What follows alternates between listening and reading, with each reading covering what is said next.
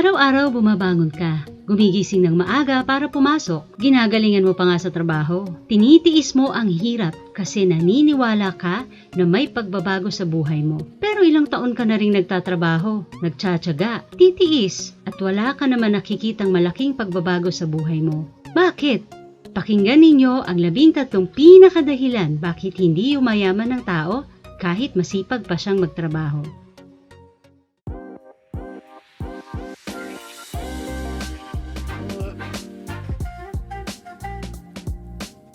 Ang ika-13 rason ay ang hindi mo pagsunod sa monthly budget mo. Buwan-buwan ay may mga pangangailangan ka na kailangan mong pagkagastusan. Pagkain, renta, bills, pamasahe, load, damit, at iba pa.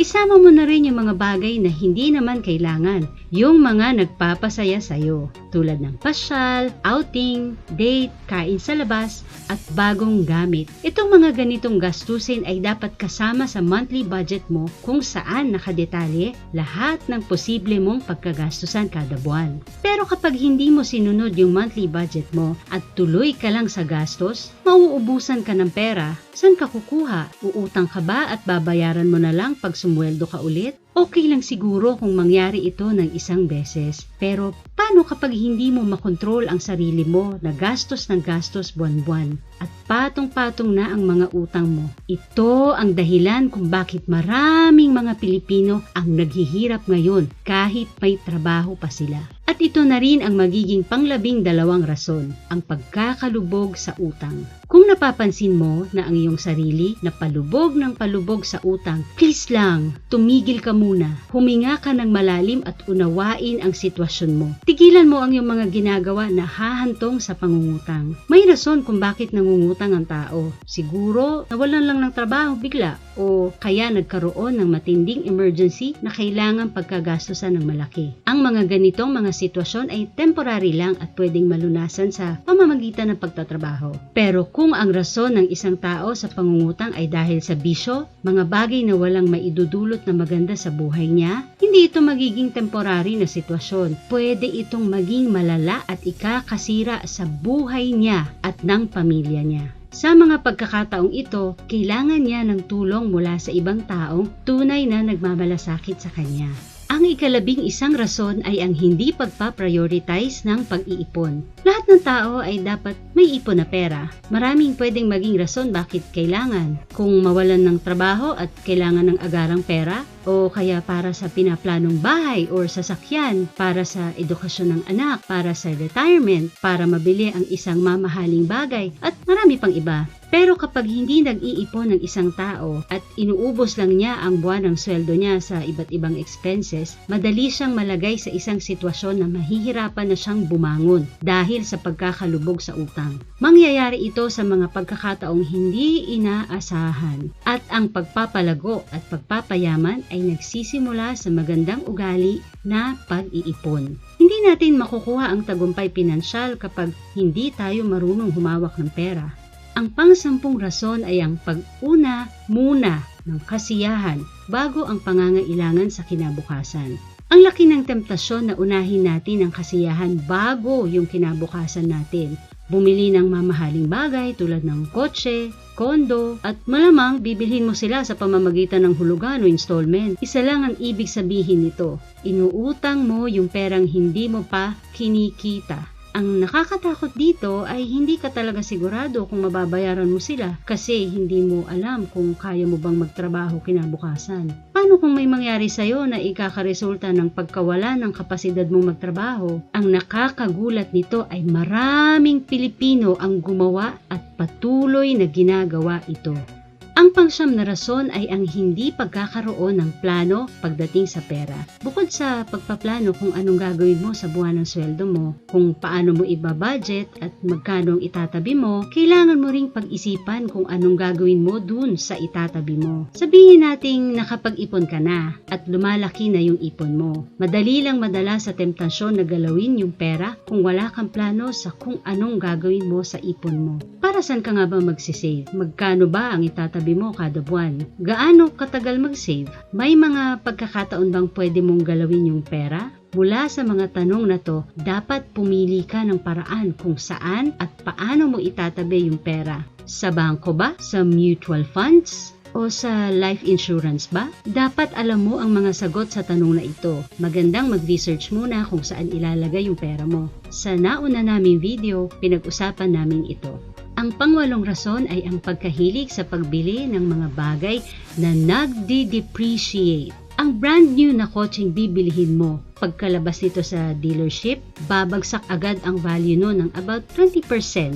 So, kung binili mo yung kotse ng 1,000,000 at pagkatapos ng 1 linggong paggamit dahil sa hindi mo nagustuhan, ibebenta mo ito about 800,000 na lang ang pwede mong ma-expect na halaga nito. At ang value ng kotse ay bumababa ng 15 to 20% kada taon. Ganito ang nangyari sa karamihan ng mga bagay na binibili natin. Cellphone, TV, motor, damit, relos at marami pang iba. Konti lang yung nag-a-appreciate ng value tulad ng lupa na pwedeng pagkakitaan. Pero karamihan ng mga empleyadong Pinoy mas bumibili ng mga bagay na nagdi-depreciate. Ang tanong na lang, ikaw, susunod ba sa kanila?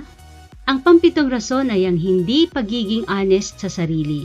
Maraming tao sinisisi nila yung pamilyang pinanggalingan nila dahil daw pinanganak silang mahirap, kaya tumanda silang mahirap. Ang iba naman sinisisi nila yung ibang tao bakit minalas sila sa buhay. Kesyo niloko ako ng aking kasosyo, iniwan ako ng aking mga kaibigan, walang kwenta yung mga naging investors ko, scam pala yung training course na binayaran ko, sisisihin na ang lahat, puwera lang ang sarili nila. Pero makikita mo sa mga taong nagtagumpay ang pagiging honest sa sarili, sa mga pagkukulang nila, sa mga pagkakamali nila, yung pagiging responsable sa pag-ako ng kasalanan, sa pag-ayos ng mga problema, kahit ginawa pa ng iba. Kailangan nating maging honest sa sarili bago pa man magkaroon tayo ng pagbabago sa buhay natin. Hindi ito madaling gawin, pero hindi imposible. Mas gusto mo bang mabuhay sa ilusyon o sa katotohanan na magpapalaya sa iyo patungo sa pag-asenso?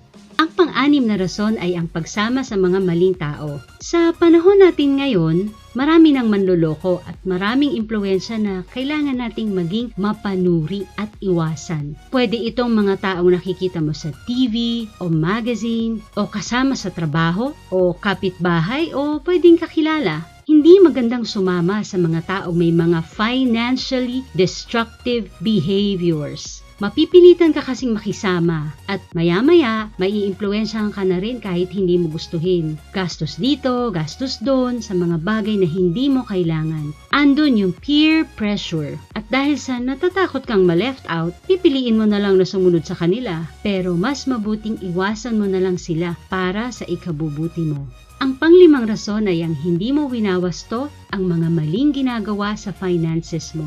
Mahirap umasa sa pagbabago sa buhay kung wala ka namang ginagawang pagbabago sa ginagawa mo. Ika nga ni Albert Einstein na isa sa pinakamatalinong tao na nabuhay sa mundo, insanity is doing the same thing over and over again and expecting different results. Kung maraming hindi tama na nangyayari sa buhay mo, kahit pa aware ka dito, pero wala kang ginagawang solusyon, wala pa rin magbabago. Kung over budget ang laging nangyayari, pero wala ka namang ginagawang pagtitipid or pag-iwas sa gastos sa mga bagay na hindi kailangan, over budget ka pa rin, at over budget ka pa rin, at over budget ka pa rin. Period.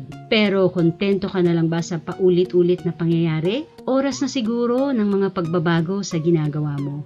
Ang pang-apat na rason ay ang paghahangad ng mabilisang kita. Maraming tao ang tumataya sa loto. Naghahangad na sila ay manalo at mabigyan ng solusyon ang maraming problema nila sa buhay. Kahit alam nating sobrang liit ng chance na manalo tayo, marami pa rin sa atin gumagastos para dito. Bakit? Dahil sa kagustuhan natin ng instant noodles, fast food, at instant yaman. Hindi sa imposibleng magkaroon ng malaking pagkakakitaan, pero nangangailangan ng malaking effort at oras. Kahit sa negosyo at investment, ganun pa rin. At oo, may mga paraan na tutulong para mapabilis yung proseso ng pagkita ng pera, pero tatrabahuhin mo pa rin iyong mga yun. Importanteng maintindihan natin to para maiwasan natin ang pagkakaroon ng unrealistic expectations na walang maidudulot na maganda sa buhay natin. At maiwasan din natin yung mga taong gusto lang manloko para makuha ang pera natin.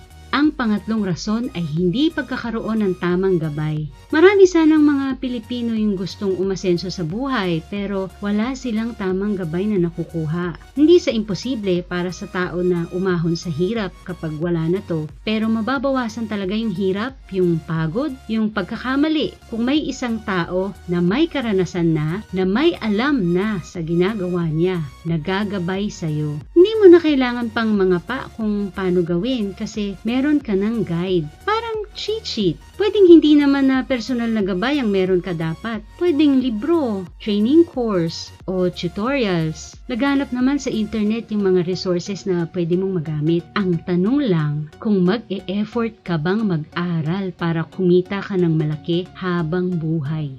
Ang pangalawang rason ay hindi pagkilos. Malaking pagsisisi ni Warren Buffett, isa sa pinakamayamang tao sa mundo, ang hindi niya pagbili ng stocks ng Google noong 2011. Kahit pa noon sobrang yaman na niya, pero nagsisisi pa rin siya dahil sa nawalang potensyal nakita niya sana mula sa pagtaas ng value ng stocks ng Google. Mahihirapan kang maghanap ng Pilipino na nagsisisi kung bakit hindi sila nag-aral ng stock trading dati para makasama sana sa paglago ng Google. Marami sa kanila mas tutok pa sa mga nangyayari sa showbiz, imbes na tutok sana sa self-development. Pero lahat sila gusto magkaroon ng masaganang buhay. Ikaw, anong gusto mo? Nasa iyo ang choice. Ang pinaka nangungunang rason kung bakit hindi yumayaman ang empleyado kahit sobrang sipag pa nito ay takot. Halos lahat ng tao ay takot sa hindi nila nakikita o naiintindihan. Pero para makuha natin yung mga dreams natin, kailangan nating baguhin ang karamihan sa mga ginagawa natin sa pinansyal na aspeto ng buhay natin. Isa dyan ay ang pagsisimula ng negosyo na pwede mong pagkakitaan ng malaki. Mas malaki pa kaysa kinikita nila bilang empleyado. Maraming tanong tungkol sa pagnenegosyo ang kahit sino sa atin. Marami tayong hindi alam. Di natin alam kung magsasucceed ba tayo o hindi. Magsasayang lang ba tayo ng oras natin? O mas okay na lang ba na dito na lang tayo sa pagiging empleyado? At least may sweldo tayo buwan-buwan. Stuck tayo sa comfort zone natin. Hindi tayo komportable sa mga pagbabago, lalo na kapag nahihirapan na tayo. Mahihirapang magbago ang isang taong may ganitong klaseng mentality. Ika nga nila, kung gusto, may paraan. Kung ayaw, maraming dahilan. Kung nakatulong ito sa pagpapalawak ng isipan ninyo tungkol sa pera, please like and subscribe.